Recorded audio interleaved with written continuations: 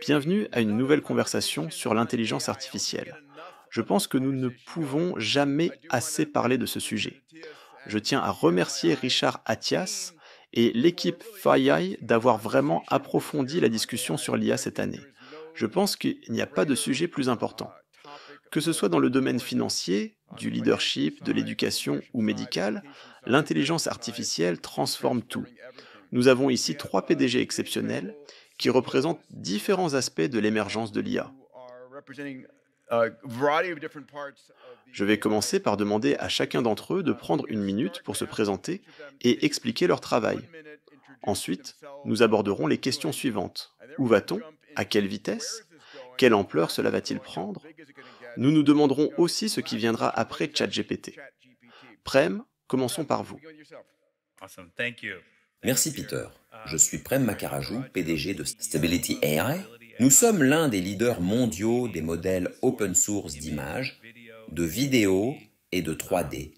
Au-delà de GPT, une image vaut 1000 mots et nous en créons beaucoup. En fait, 80% de toutes les images générées par l'IA l'année dernière, en 2023, l'ont été par notre modèle Stable Diffusion. Incroyable. À toi, Richard.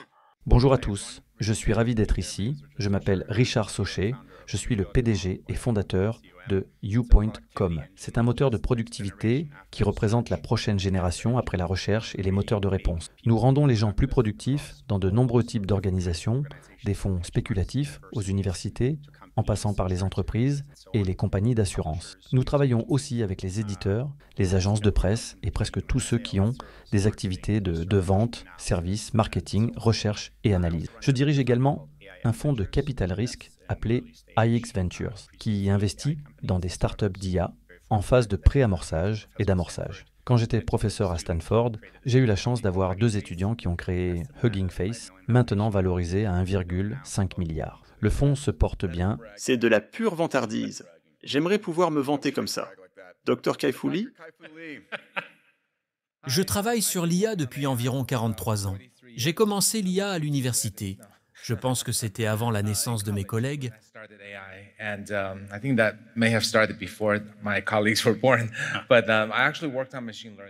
J'ai travaillé sur l'apprentissage automatique, j'ai un doctorat de Carnegie Mellon et j'ai travaillé chez Apple, Microsoft et Google.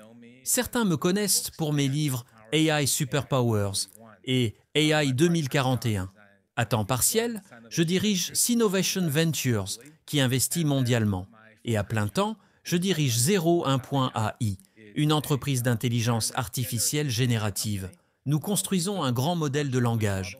Nous sommes actuellement classés comme la 3e entreprise avec les meilleures performances, juste après les meilleurs modèles d'OpenAI et Google. Vous pouvez le trouver en ligne. Nous développons aussi des produits grand public et entreprises. Nous sommes basés en Chine, mais nos produits sont accessibles mondialement et nous faisons également beaucoup d'open source.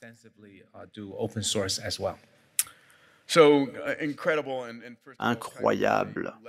Tout d'abord, Kai-Fu est une légende et l'un des plus grands leaders mondiaux dans ce domaine. C'est un honneur de l'avoir ici. Prem, je veux commencer avec vous. Vous avez réussi à recruter James Cameron dans votre conseil d'administration. Et comme Stability crée de la vidéo et représente l'avenir d'Hollywood. Je suis curieux de 2 choses. Premièrement, est-ce que Jim avait raison avec Terminator? Et deuxièmement, il y a eu beaucoup de discussions sur la perturbation d'Hollywood, que l'IA va créer l'avenir de tous les films et contenus. And secondly, there's been a lot of conversation about the disruption of Hollywood. That we're going to have AIs creating the future of all movies, all content, and so forth. So, vous avez dit qu'au-delà des modèles GPT, une image vaut 1000 mots. Parlez-nous de cet avenir, de ce qui va se passer dans le monde de la visualisation pour la télévision et Hollywood. Est-ce que Jim avait raison avec Terminator? Espérons que non, mais quel film fantastique c'était. J'aime quand il en plaisante en disant « Je vous l'avais dit que ça arriverait et maintenant c'est là ». Pourquoi quelqu'un comme lui s'impliquerait dans Stability? J'ai eu la chance de travailler sur Avatar 2 avec lui quand j'étais PDG de Weta Digital. avant de devenir PDG de Stability. Et ce film a pris plus de 4 ans à réaliser car il était entièrement rendu en images de synthèse. Je pense que d'ici 5 à 10 ans, la grande majorité des films, de la télévision et des médias visuels tels que nous les connaissons aujourd'hui ne seront plus rendus, mais générés. En fait, dans Avatar, certains plans nécessitaient 6000 à 7000 heures de temps de calcul pour rendre une seule image. Des milliers d'heures qui peuvent maintenant être réduites à quelques minutes. Je pense que Jim veut juste récupérer une grande partie de sa vie. Quand on pense au processus créatif, nous regardons tous des films, nous les aimons. Des premiers souvenirs aux derniers, c'est un bien dont on ne se lasse jamais. Il y a donc dans le monde cet appétit insatiable pour consommer et créer des histoires. Je pense que nous devrions accélérer cela. Le problème avec le processus de production cinématographique, c'est le temps et l'argent. Ce qu'il voulait vraiment faire, c'est éliminer ces contraintes pour passer d'un modèle de rendu à un modèle généré. Allons-nous voir une situation où l'intelligence artificielle générera des films entiers parce qu'elle connaît mes préférences, ce que j'aime, et qu'elle créera le film parfait pour moi? Personnellement, j'espère que non. Je ne pense pas que ce soit souhaitable. Le processus créatif doit commencer avec un humain. Et je pense que cet humain doit diriger ses outils et ses agents distincts pour créer cette histoire. J'espère que vous voudrez toujours entendre les histoires que d'autres veulent vous raconter. Bon, prenons une direction différente alors. Vais-je voir Marilyn Monroe et les stars du passé revenir?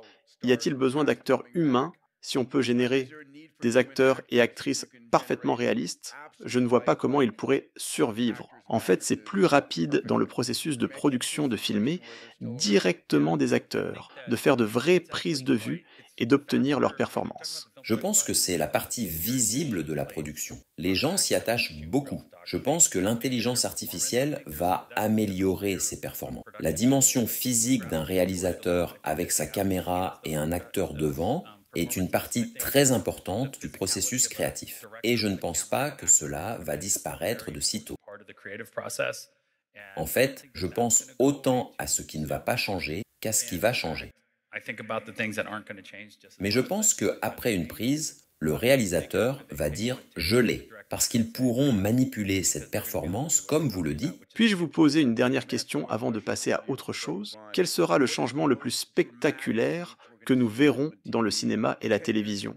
Dans 10 ans, avec la super-intelligence numérique, quelle est la vision la plus folle de ce que nous verrons dans le divertissement? Je pense que nous allons voir une augmentation de 5 à 10 à 20 fois plus de contenu créé. Je pense que nous verrons différents formats temporels. Comme vous l'avez dit, vous voudrez peut-être voir un film de 20 minutes avant d'aller dormir. Il y aura différents types de durées. Je pense que vous allez avoir une explosion de la création de contenu et une explosion du nombre d'artistes dans le monde. Je reviendrai dans 10 ans pour voir si vous avez raison.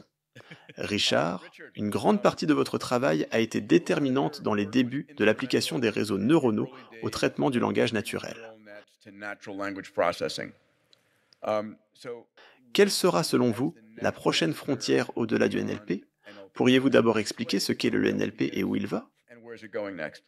Oui, le traitement du langage naturel, NLP, était auparavant un sous-domaine de l'IA. Il a influencé pratiquement tous les autres domaines de l'IA et il existe de nombreux algorithmes différents à entraîner. En 2010, j'ai eu cette idée folle d'entraîner un seul réseau neuronal pour tout le NLP. En 2018, nous avons enfin construit le premier modèle qui a inventé l'ingénierie des prompts où vous pouvez simplement poser toutes vos différentes questions à un seul modèle. Au fil du temps, vous pouvez poser des questions non seulement sur du texte, mais aussi sur des images. Je pense que c'est l'une des réponses au sujet principal du panel sur ce qui vient après ChatGPT. Nous aurons beaucoup plus de modèles multimodaux. Vous pourrez avoir des conversations sur des images, des entrées et sorties transparentes, non seulement en texte, mais aussi en programmation, ce qui est une avancée majeure. Les vidéos, les images, la voix, le son, mais une modalité vraiment intéressante que peu de gens ont réalisées est celle des protéines. Les protéines sont essentiellement les blocs Lego de base de toute la biologie. Tout dans notre corps est régi par les protéines. Et vous pouvez créer une protéine, tout comme vous pouvez demander à un grand modèle de langage d'écrire un sonnet pour vous ou un poème pour votre femme. Vous pouvez demander à un LLM de créer un type spécifique de protéines qui se liera uniquement au SARS-CoV-2 ou à un type particulier de cancer dans votre cerveau. Cela va débloquer de nombreux aspects en médecine. Je suis donc extrêmement enthousiaste quant à l'avenir des LLM qui s'étendent à différentes modalités. Comme nous le voyons avec les produits de DeepMind et AlphaFold. Nous avons eu une conversation récemment, mais je n'ai pas entendu la réponse. La question est essentiellement, y a-t-il une limite supérieure à l'intelligence ? Nous venons de tenir un conclave sur la superintelligence numérique, sur la vitesse à laquelle nous allons y arriver et ce que cela signifie. Je parlais à Elon. Il disait « Ok, 2029 à 2030, une intelligence égale à celle de toute la race humaine. Est-ce que ce sera 1 million de fois plus, puis 1 milliard de fois plus, puis 1000 milliards de fois plus ? Y a-t-il une limite supérieure à l'intelligence ? » C'est une question très intéressante.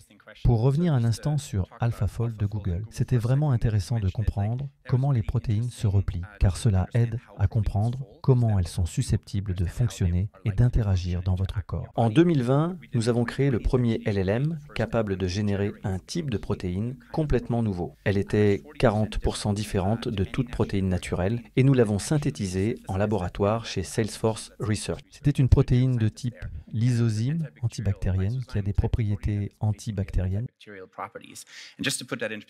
Et pour mettre cela en perspective, 2020 était très proche du Covid-19. Il faut faire attention à ce qu'on dit en ligne parfois. Ce qui était intéressant, c'est que plusieurs startups sont nées de cette ligne de recherche. Je pense qu'il est difficile pour les gens de comprendre à quel point cela peut changer la médecine. Concernant les limites supérieures de l'intelligence, c'est une question vraiment intéressante.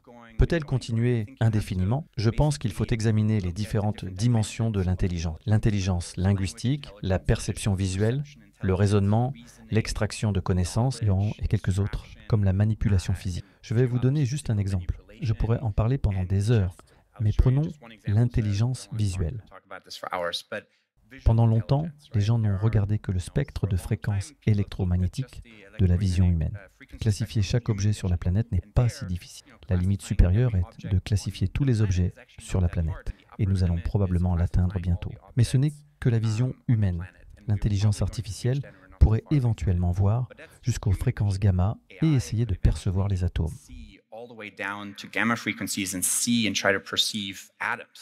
Et là, vous commencez à atteindre les limites de la physique, comme les limites quantiques de ce qui est observable, et vous pouvez aller jusqu'à voir des choses à l'échelle de l'univers et combien de capteurs différents vous avez et pouvez traiter toutes ces informations.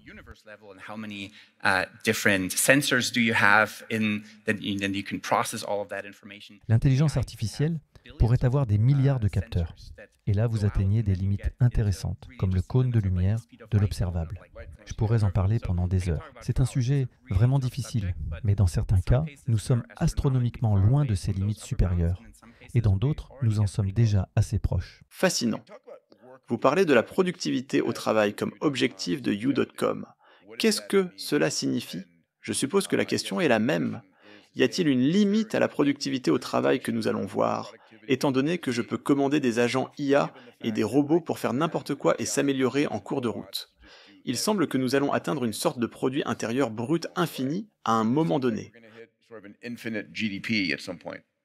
Oui, il y a certains domaines de l'IA où l'IA peut entrer dans une boucle d'auto-apprentissage. Si quelque chose peut être simulé, l'intelligence artificielle peut tout résoudre dans ces domaines. Par exemple, les échecs, le jeu de Go, vous pouvez les simuler parfaitement.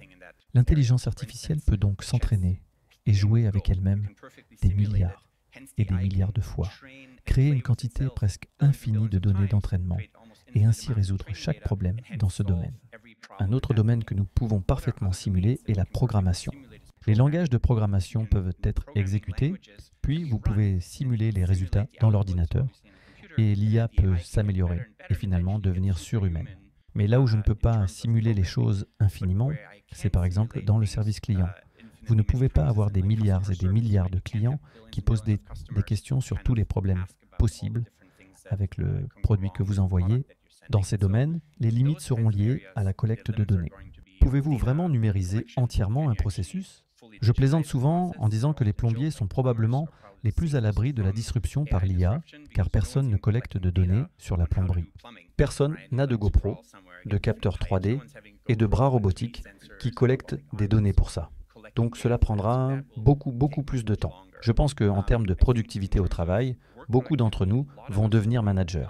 Beaucoup de contributeurs individuels actuels devront apprendre à gérer une intelligence artificielle pour faire leur type de travail. Et il s'avère que le management est aussi une compétence. Tout le monde n'est pas un bon manager dès le premier jour. Vous devez vraiment expliquer à l'IA comment faire un certain type de travail. Ce que nous avons vu par exemple avec une très grande entreprise de cybersécurité appelée Mimecast, c'est qu'ils avaient 200 licences en test.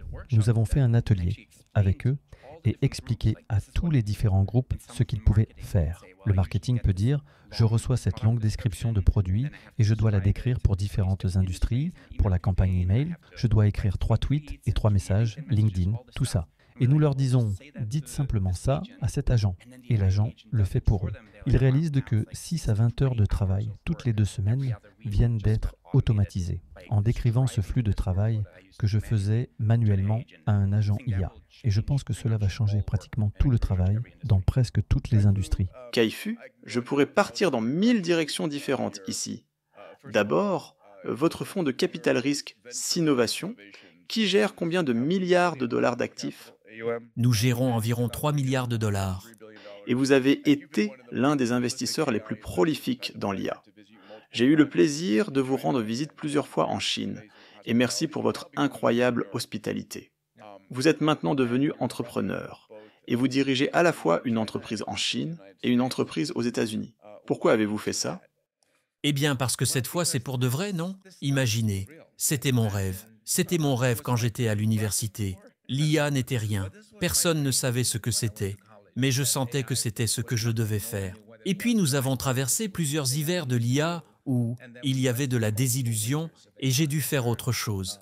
Et il y a environ 7 ou 8 ans, nous avons vu avec le deep learning qu'il était clair que cela créerait beaucoup de valeur. Mais à l'époque, je ne voyais pas vraiment cela devenir une AGI. Donc j'étais un investisseur. Nous avons en fait créé 12 licornes IA chez Synovation Ventures. Mais cette fois, avec l'IA générative, la vitesse à laquelle elle se développe est tout simplement phénoménale. Donc vous ne pouviez pas vous en empêcher? Oui, j'ai senti que si je me contentais d'investir, je passerais à côté. Je serais sur le siège arrière. Je veux être au volant. Au fait, j'espère que vous ressentez tous la même chose. Je dis très clairement qu'il y aura 2 types d'entreprises à la fin de cette décennie. Celles qui utilisent pleinement l'IA et toutes les autres qui seront hors course. Et je crois fondamentalement que c'est vrai. Vous avez écrit plusieurs livres, AI Superpowers, que je recommande à vous tous. Depuis sa publication, quels sont les plus grands changements dans la course mondiale à l'IA? Et c'est bien une course à l'armement qui se déroule. Oui et non, parce que les entreprises en Chine se font largement concurrence entre elles pour le marché chinois. Je ne parle pas au niveau national, mais entre les entreprises du monde entier. Oui, vous voulez dire les entreprises chinoises? Quelles sont leurs caractéristiques? Dans mon livre AI Superpower, j'ai décrit que les entreprises américaines sont généralement plus innovantes en termes de percée. Elles créent de nouvelles choses. Et les entreprises chinoises sont meilleures en ingénierie, en exécution, en attention aux détails, en travail de fond, en interface utilisateur, en construction d'applications. Donc dans le cas du mobile ou du deep learning, nous avons vu ça. Les Américains ont inventé pratiquement tout. Mais la Chine a créé beaucoup de valeur, sans doute plus, avec des technologies largement inventées aux États-Unis. Maintenant, nous sommes dans cette IA générative, à nouveau inventée par les Américains. Et nous sommes dans une position unique où la technologie se perturbe elle-même très rapidement aux États-Unis et ailleurs. Donc on pourrait dire que c'est encore l'âge de la découverte, et les États-Unis devraient y gagner. Mais les entreprises chinoises peuvent observer les innovations, en faire elles-mêmes, puis faire une meilleure ingénierie et fournir des solutions. Donc l'entreprise que je construis, 01.ai, fait exactement cela. Nous ne prétendons pas avoir inventé tout, ou même la plupart des choses. Nous apprenons beaucoup des géants de la Silicon Valley, OpenAI et d'autres, mais nous pensons que nous construisons de manière plus solide et plus rapide, avec une meilleure exécution.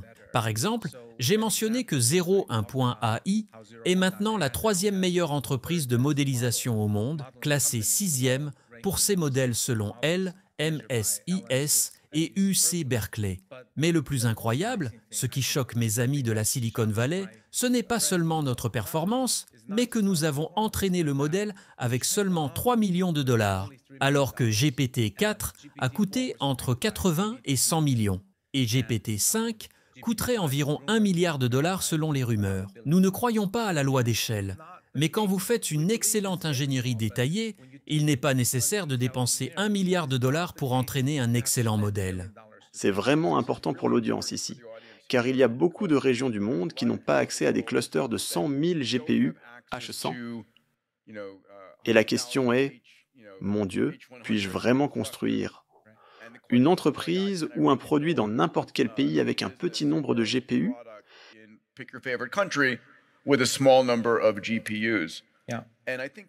Et je pense que la contrainte sur les GPU vous force à innover, n'est-ce pas? Oui, je pense qu'en tant qu'entreprise chinoise, d'abord nous avons un accès limité aux GPU à cause des réglementations américaines. Et deuxièmement, les entreprises chinoises ne sont pas valorisées comme les entreprises américaines. Je veux dire, nous sommes valorisés à une fraction de l'entreprise américaine équivalente. Donc quand nous avons moins d'argent et des difficultés à obtenir des GPU, je crois vraiment que la nécessité est la mère de l'innovation. Donc quand nous n'avons que 2000 GPU, eh bien, l'équipe doit trouver comment les utiliser. Moi, en tant que PDG, je dois décider des priorités. Et non seulement nous devons rendre l'entraînement rapide, mais aussi l'inférence rapide. Notre inférence est conçue en identifiant les goulots d'étranglement dans l'ensemble du processus, en essayant de transformer un problème de calcul en problème de mémoire, en construisant un cache multicouche, en créant un moteur d'inférence spécifique, et ainsi de suite. Mais au final, notre coût d'inférence est de 0,10 $ par million de tokens, soit un 30e de ce que facturent les modèles comparables. Et où va-t-il? Eh bien, les 10 centimes permettraient de construire des applications à des coûts bien moindres. Donc, si vous vouliez construire un You.com ou Perplexity ou une autre application, vous pouvez soit payer OpenAI 4,40 $ par million de tokens, ou si vous avez notre modèle, cela ne vous coûte que 10 centimes de dollars. Et si vous achetez notre API, cela ne vous coûte que 0,14 $. Nous sommes très transparents sur nos prix. Il y a un paradoxe intéressant, appelé le paradoxe de Jevons de la précédente révolution industrielle.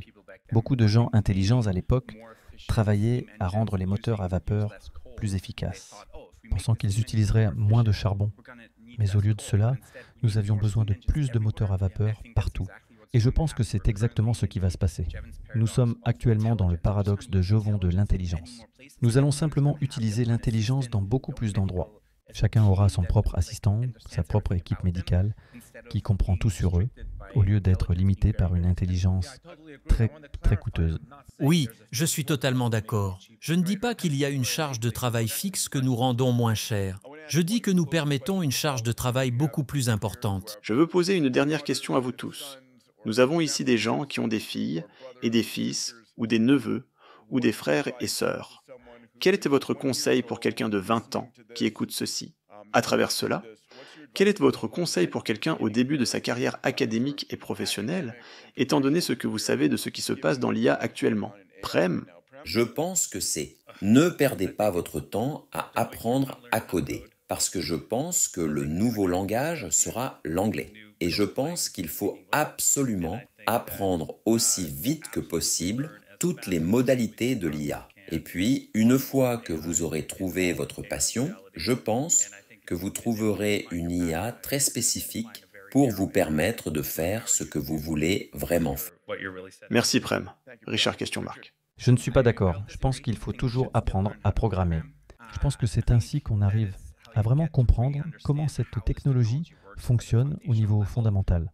et comment elle devient moins magique et plus quelque chose que vous pouvez vous-même modifier et construire.